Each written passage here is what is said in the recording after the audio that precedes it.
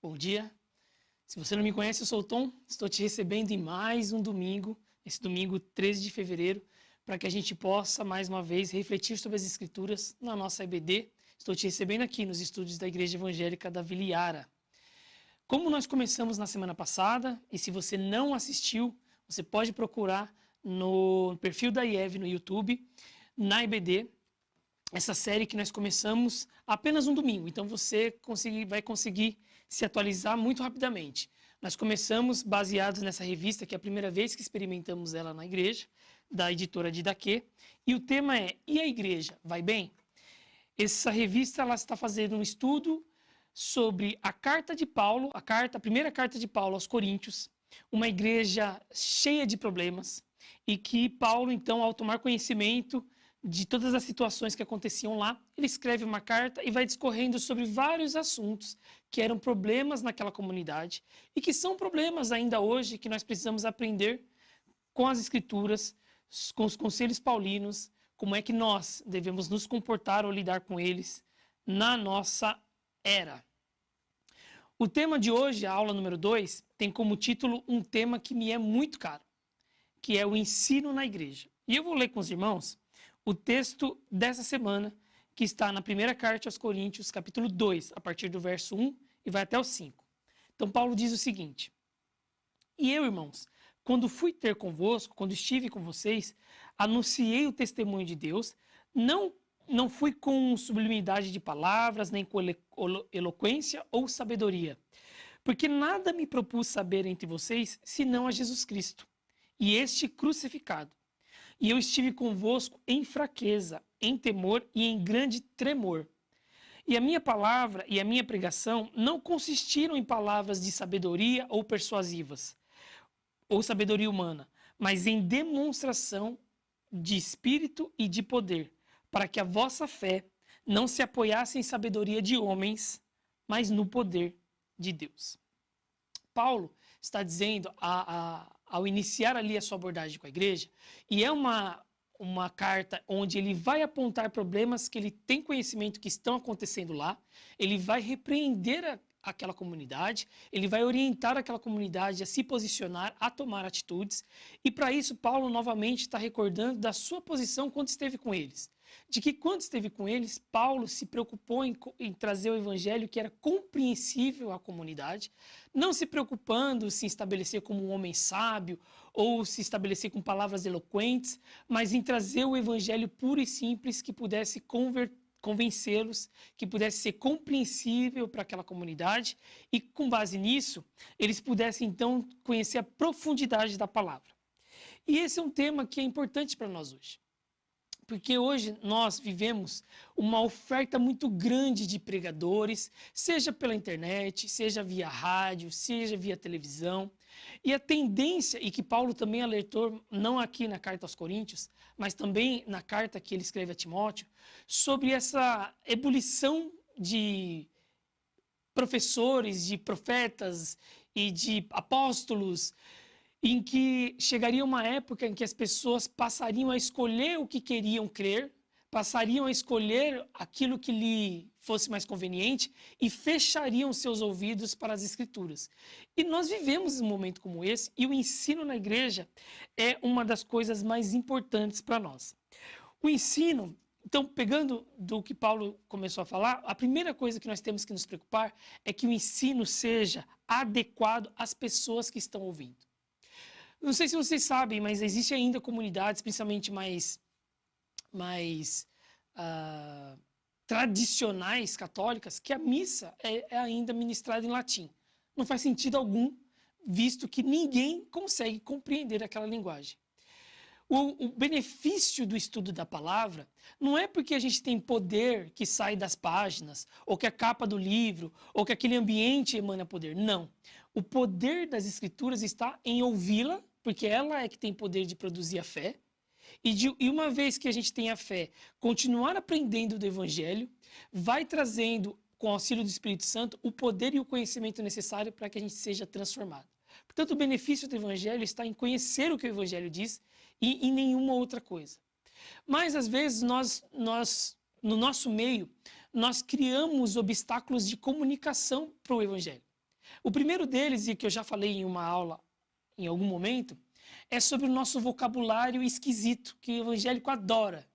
Um vocabulário com palavras que as pessoas, em geral, nem compreendem direito, mas elas incorporam no vocabulário e que não faz sentido para uma pessoa que não está aí no meio evangélico. Você quer um exemplo? Uma vez um pastor contou que ele precisava alugar um apartamento e quando ele chegou na imobiliária, ele se apresentou como pastor e a corretora também era evangélica. Falou, eu também sou evangélica. E aí ela disse para ele assim, ele contando no relato, ela falou, pastor, o apartamento que o senhor quer ver, o morador não deixou a chave, mas eu acho que eu tenho uma chave reserva aqui. Vamos ver se o sangue de Jesus tem poder. E ficou procurando. E aí ele fala assim, será que ela entende que aí não achou a chave, aí o pastor fala assim, então naquele dia o sangue de Jesus não teve poder, porque ela não achou a chave. Por quê? Porque é um jargão que se usou. Ele, como pastor, compreendeu o que ela queria dizer. Mas imagine você no meio de uma pessoa não cristã dizendo, deixa eu ver se meu carro está funcionando, deixa eu ver se o sangue de Jesus tem poder. Ah, tem. Hoje meu carro funcionou, ele estava quebrado. O sangue de Jesus tem poder. Nós fazemos isso. É estranho você que está me assistindo, talvez pareça estranho, mas preste atenção como você vai ver que no meio da comunidade nós fazemos isso. Nós chamamos tudo de bênção. Tudo é bênção para nós. Tudo que nos faz feliz, né? Tudo que a gente gosta. Não compreendemos a importância da palavra bênção, por exemplo. Então, se eu tive um aumento de salário, é bênção. Se eu fui para Disney nas férias, é bênção. Mas se eu comi pão com ovo, já não é mais tão bênção. Porque bênção, as pessoas usam essa palavra para acoplar ela a bens materiais. É bênção, tudo é bênção. Bênção, bênção. Ah, chover é bênção. Tá sol, é bênção.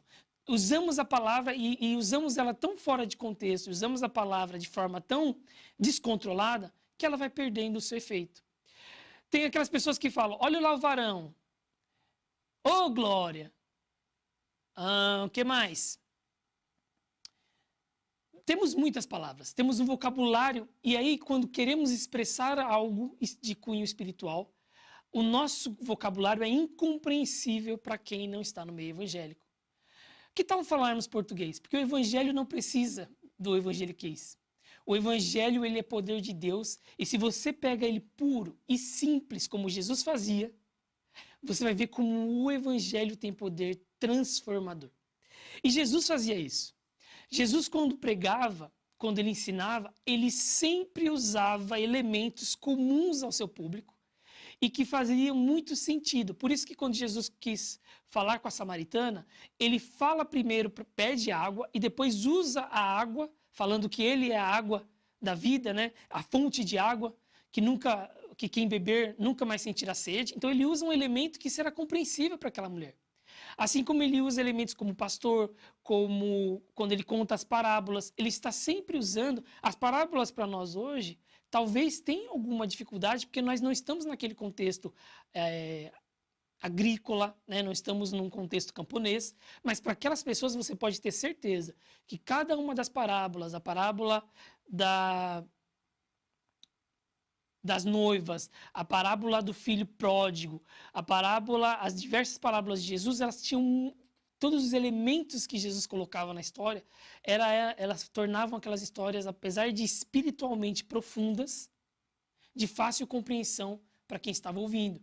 E a maioria do público eram pessoas simples, camponeses, pessoas da camada mais pobre da população. Então não existia ali nenhuma necessidade de Jesus de se posicionar com palavras rebuscadas para fazer o ensino. E é o que Paulo resgata aqui na carta. Ele diz também que a respeito da sua pregação, ele não fez uso de discursos muito rebuscados, porque o intuito dele era falar única e exclusivamente de Cristo, e falar de Cristo de forma mais simples possível.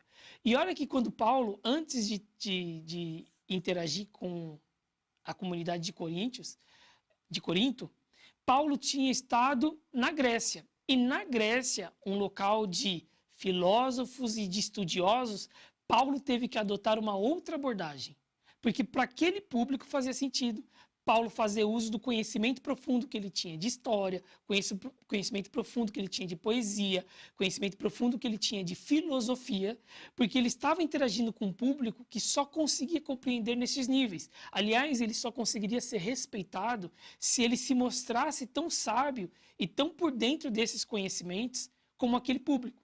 Apesar das escrituras contarem que não houve conversão, eles compreenderam a mensagem de Paulo. Então, Paulo está dizendo que uma das coisas importantes no ensino da igreja é que nós tornemos que ele seja ministrado, esse ensino seja ministrado, de forma que seja adequada às pessoas que estão aprendendo. Ok, então, mas como isso se aplica a nós? Se aplica de diversas formas. Nós somos uma igreja no século XXI, em pleno 2022, aqui em Osasco, né, na região metropolitana do estado de São Paulo, próximo da cidade de São Paulo, uma das cidades mais ricas e prósperas do nosso país.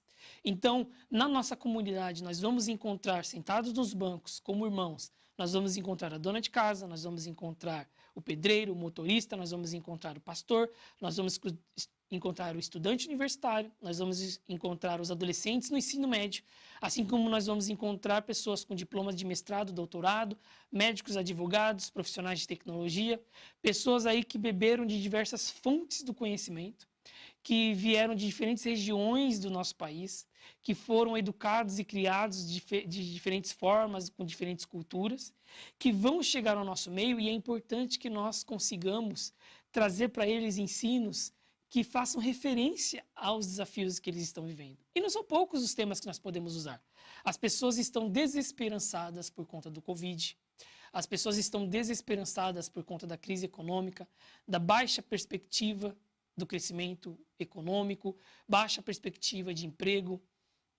As pessoas estão desesperançadas em função dos relacionamentos, de como as famílias vão sendo atacadas, como o conceito de família que nós tanto valorizamos vem sendo dilapidado. Então, são todos temas que, se nós trouxermos para as pessoas e depois trazer à luz do Evangelho, será compreensível para elas. E nós devemos fazer isso, sim. Uma outra coisa que Paulo fala, quando ele se posiciona dessa forma, é que, além da gente trazer o ensino dentro de uma linguagem e de uma abordagem que faça sentido para quem está ouvindo, e eu comentei aqui da nossa estrutura na IEV, mas se nós formos, por exemplo, pregar numa igreja no Nordeste, nós temos que acolher aquilo que faz sentido para aquela pessoa. Então, talvez usar exemplos daquela vida, daquele estilo de vida, daquilo que é comum culturalmente para aquela comunidade, vamos tornar o Evangelho muito mais fácil de compreensão para eles. Mas uma outra coisa que Paulo comenta é que ele não se tornou sábio, não se preocupou em trazer palavras rebuscadas ou se posicionar como uma pessoa eloquente, com sabedoria humana, era para que a igreja não corresse o risco de crescer e se focar na sabedoria humana.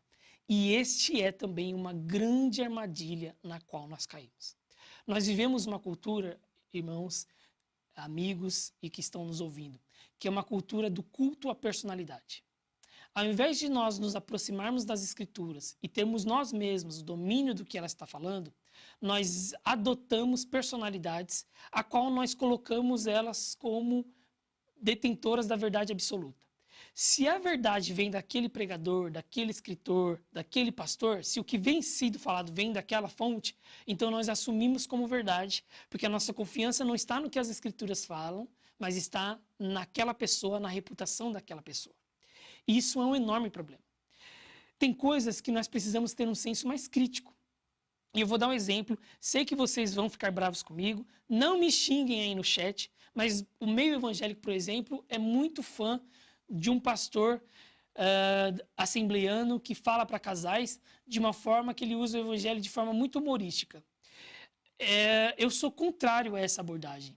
E eu vejo e esses vídeos dele são muito compartilhados, principalmente em WhatsApp. E até tem coisas que são coerentes, que fazem sentido, mas tem coisas que ele usa ali que são mais conhecimentos culturais, que são mais visões culturais do que evangelho. E quando você adota o que ele fala como uma verdade, você está assumindo que aquelas coisas que são jargão comum, que é ditado popular, que são crenças culturais e não crenças bíblicas, você assume aquilo como verdade. Então teve uma pessoa uma vez que comentou comigo, o vídeo mais recente dele dizia o seguinte, que você tinha que morar...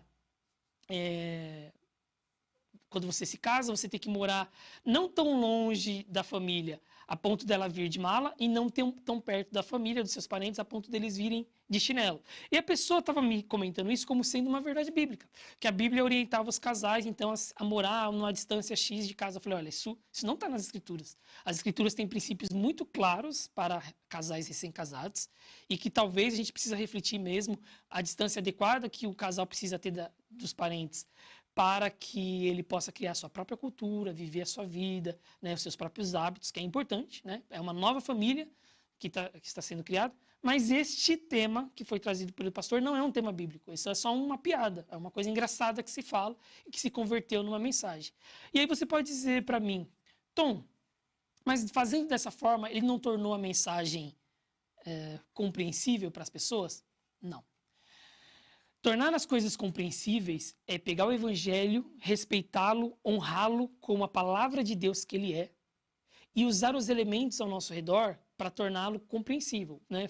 Falar de coisas que são... Não adianta eu falar aqui sobre neve, sobre elementos que não são comuns à nossa cultura, se eu quiser usar algumas dessas questões. Eu tenho que usar exemplos aqui. Paulo, quando fala, por exemplo, da armadura da fé, provavelmente ele estava na cadeia, e quando ele estava escrevendo, ele se baseia na roupa do soldado romano. E soldados romanos estavam espalhados pelas cidades. Qualquer pessoa que lesse a carta de Paulo compreenderia.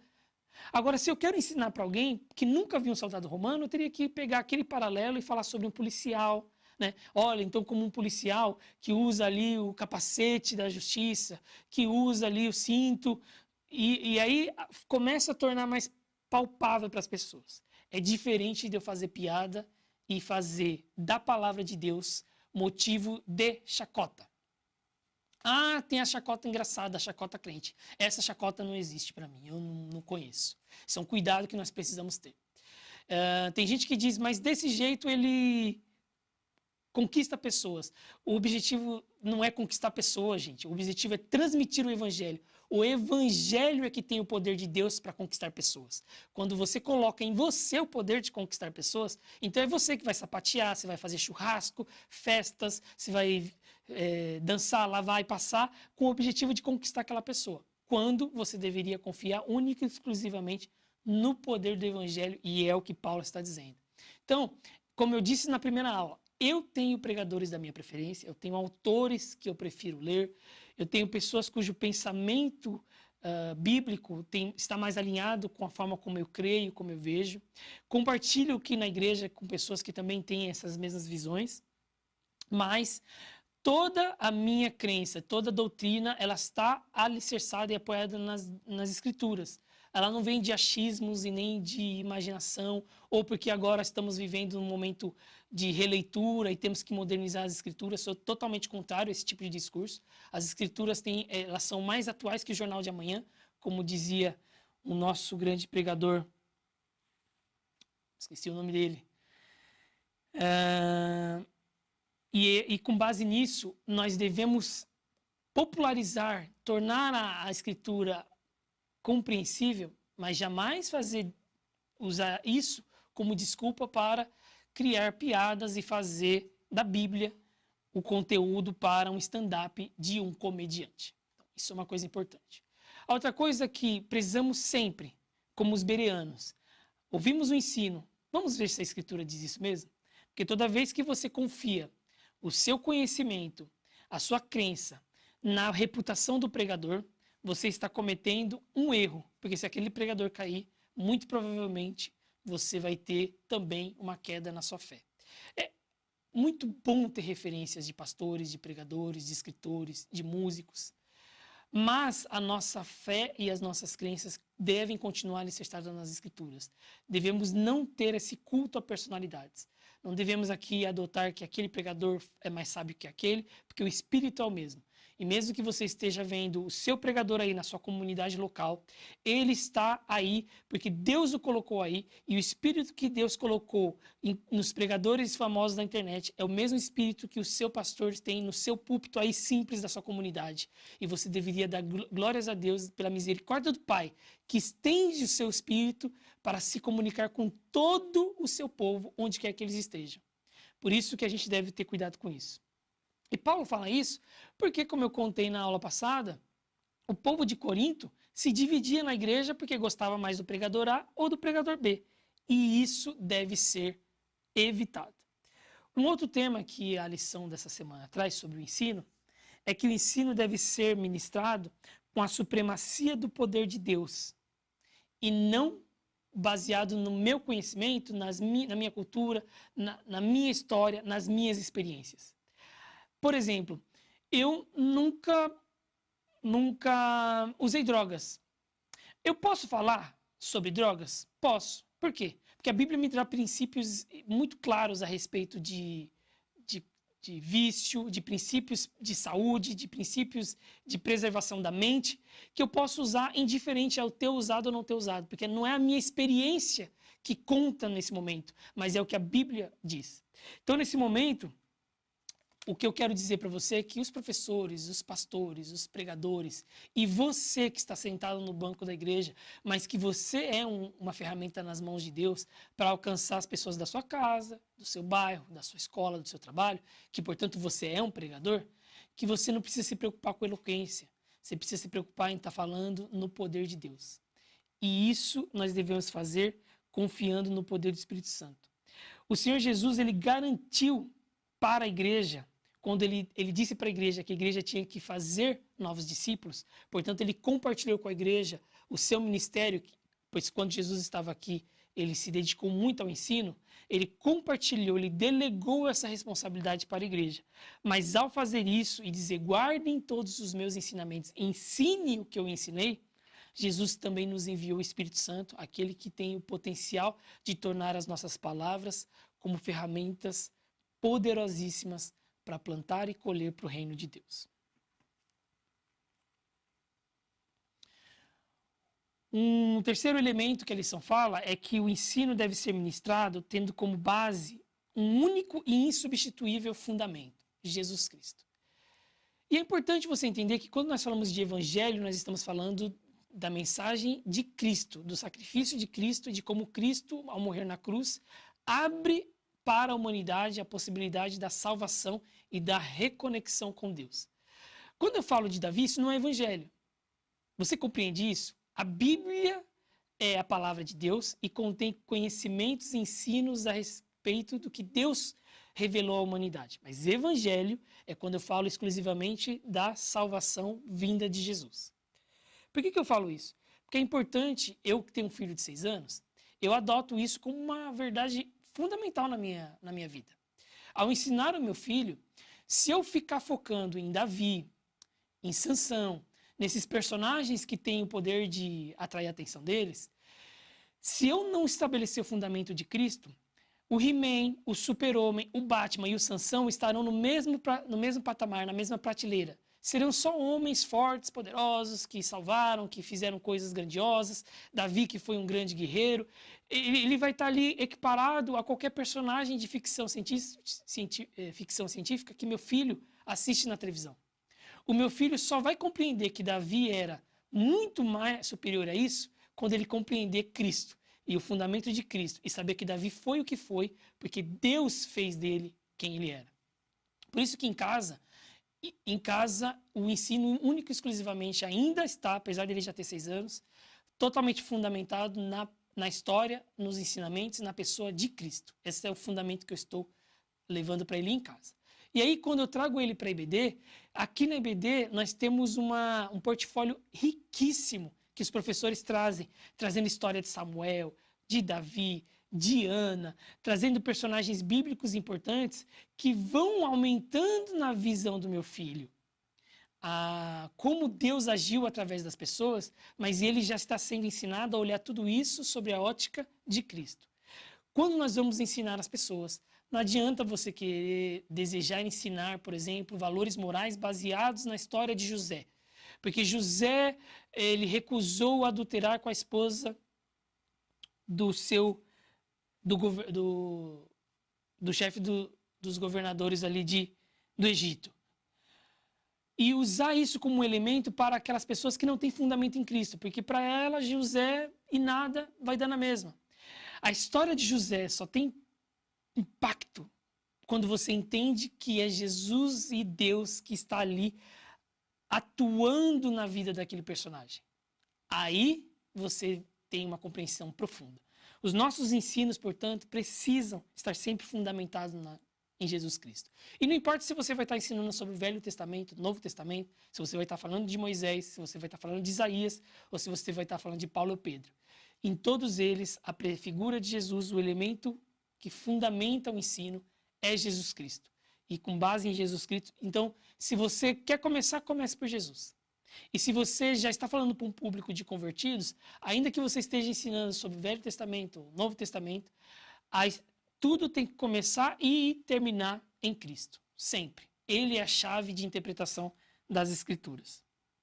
E por último, irmãos, é um cuidado que nós temos que ter na igreja, que o ensino deve ser ministrado por pessoas fiéis que guardam os dispenseiros da palavra de Deus. O que eu quero dizer aqui, irmãos, com isso, não é que a pessoa tem que ser santa para que o ensino dela seja santo e consiga te impactar. Não. O poder do ensino está nas Escrituras. Se o ensino é bíblico, você pode estar, inclusive, numa dessas igrejas de prosperidade. Mas se ele estiver falando a leitura das Escrituras e estiver interpretando a Escritura corretamente, mesmo ali, o poder do Evangelho é o mesmo para transformar os corações, para converter a Cristo, para salvar. Então, de novo, o poder do Evangelho não depende da pessoa. Mas o testemunho de quem ensina é muito importante. Porque se a pessoa está no púlpito, está na sala de aula ensinando, e ela não tem um testemunho de vida, então isso torna-se uma pedra de tropeço para quem está assistindo. Será que o Evangelho, então, é tudo isso se essa pessoa que ensina não vive? Será que faz sentido eu prestar atenção no que essa pessoa está falando? São todos contextos que a gente precisa levar em consideração. Um outro elemento que nós precisamos levar em consideração, e eu já estou caminhando para o fim, é que as pessoas, indiferente das idades que elas têm, elas podem estar num momento de maturidade diferente no Evangelho. Você pode ter um homem de 40 anos que acabou de conhecer o Evangelho, acabou de ser convertido à fé em Jesus, e, portanto, ele é um bebê espiritual. Então, não adianta trazer para essa pessoa, por mais que ele seja bem formado, tenha faculdade, tenha muitos diplomas, não adianta você trazer para essa pessoa uma teologia muito complexa. É o que Paulo fala, ele precisa ser alimentado ainda com leite, para que ele vá amadurecendo na fé, até que ele possa ter contato com teologia mais profunda. E isso é um cuidado que nós todos temos que ter. Porque sentado ao nosso lado na igreja, pode ter alguém que está convertido há pouco tempo, e do outro lado pode ter alguém que está na fé há 20, 30, 40 anos. São pessoas com caminhadas diferentes e que, portanto, precisam de uma abordagem, de uma linguagem, ser cobrados e serem discipulados de forma diferente. Nesse trabalho nós estamos todos envolvidos. Nós precisamos levar em consideração não a idade das pessoas, física, mas as necessidades espirituais que elas têm. Por isso que na nossa EBD, quando nós temos ali o tema, nós já tínhamos aqui na Escola Bíblica, nós tivemos ao longo da existência da Escola Bíblica Dominical na IEV, a sala de primeiros passos na fé, a sala de doutrinas básicas, né? Para que depois de passar por esses ensinos, essa pessoa pudesse ser alocada numa sala onde ela tivesse pessoas ali da mesma faixa de casamento, etária ou de casamento, e aí ela pudesse caminhar junto. São coisas que nós temos essa preocupação também. Hoje, nossa EBD está centralizada. Você, não importa a sua idade, se você é membro da IEV, um amigo da IEV, a EBD hoje ela é esta aula que você está assistindo, a aula dos adultos. E eu sei que quem pode estar me assistindo nesse momento é alguém que é um membro da nossa igreja há muitos anos, pode ser alguém que nunca tenha frequentado a igreja, pode ser alguém que tenha conhecido a nossa mensagem através dos meios digitais e ainda não teve a oportunidade de estar presencial conosco. Pode ser alguém que é convertido há 1 ou 2, 3 anos. Sei que vocês têm perguntas, questionamentos diferentes. Sei que vocês têm necessidades espirituais diferentes. E quando a gente nos preparamos para as aulas, nós levamos isso em consideração. E hoje o que eu quero compartilhar com vocês é a importância do ensino. Que ele é uma necessidade da igreja, ele fez parte, o ensino sempre fez parte do povo de Israel, sempre. Ele era um princípio importantíssimo, o ensino oral, o ensino pelos líderes e o ensino dos pais para os filhos. Quando nós vemos Jesus, o ministério de Jesus era totalmente pautado no ensino, e mais tarde, das habilidades que são compartilhadas com os apóstolos e com seus discípulos, a capacidade de ensino evangelístico, né? O ensino de quem vai falar para quem não conhece a mensagem, vai levar o evangelho para quem nunca ouviu falar de Jesus, o ensino dos pastores e mestres, que é direcionado para as ovelhas, né? Ensino direcionado para aqueles que conhecem a mensagem, mas precisam ser constantemente ensinados sobre a vontade de Deus. Então, o ensino é um elemento importantíssimo que fez parte da igreja e que vem fazendo parte da história da igreja até os dias atuais. Assim, uma onda de pessoas minimizando a importância do ensino. Há sim muitas igrejas que, infelizmente, encerraram as atividades das suas escolas bíblicas. Em Osasco, onde a gente tem uma visão um pouco mais próxima, a grande maioria das igrejas, infelizmente, abandonou o ensino bíblico dominical, abandonou os cultos de ensino, abandonou os fóruns de ensino, focado único e exclusivamente no culto de celebração. Isso é um prejuízo para a comunidade, isso é um prejuízo para as famílias. Na nossa comunidade nós temos a escola bíblica para as crianças, desde o maternal até chegar na pré-adolescência. Quando eles chegam na adolescência, nós temos aqui um ministério de juventude ricamente abençoado, que tem todo o cuidado de estar ministrando os adolescentes. Então, até a fase da juventude, principalmente aquela fase mais complexa, de faculdade, de namoro. E esta, então, voltada para os adultos, para os casais, não deixe de aproveitar a oportunidade e a bênção de você congregar numa igreja que valoriza o ensino. A ausência de ensino tem prejudicado muitas igrejas, nós temos visto muitos abusos, muitas coisas que pregam contra o evangelho, muitos ensinos que são contrários às escrituras, tomando espaço nas igrejas ao nosso redor, porque o ensino foi abandonado. Não abra mão do ensino. Não deixe de assistir às aulas. E quando nós voltarmos para a EBD presencial, não deixe de se beneficiar dela. Ela é, sim, uma das estratégias que Deus tem para o seu povo enquanto nós estivermos aqui. Que Deus abençoe você, que o Espírito Santo te alcance e te abençoe com uma mente ensinável, com um coração que possa receber, compreender e aplicar tudo aquilo que vem do Pai. O Senhor te abençoe em nome de Jesus. Amém.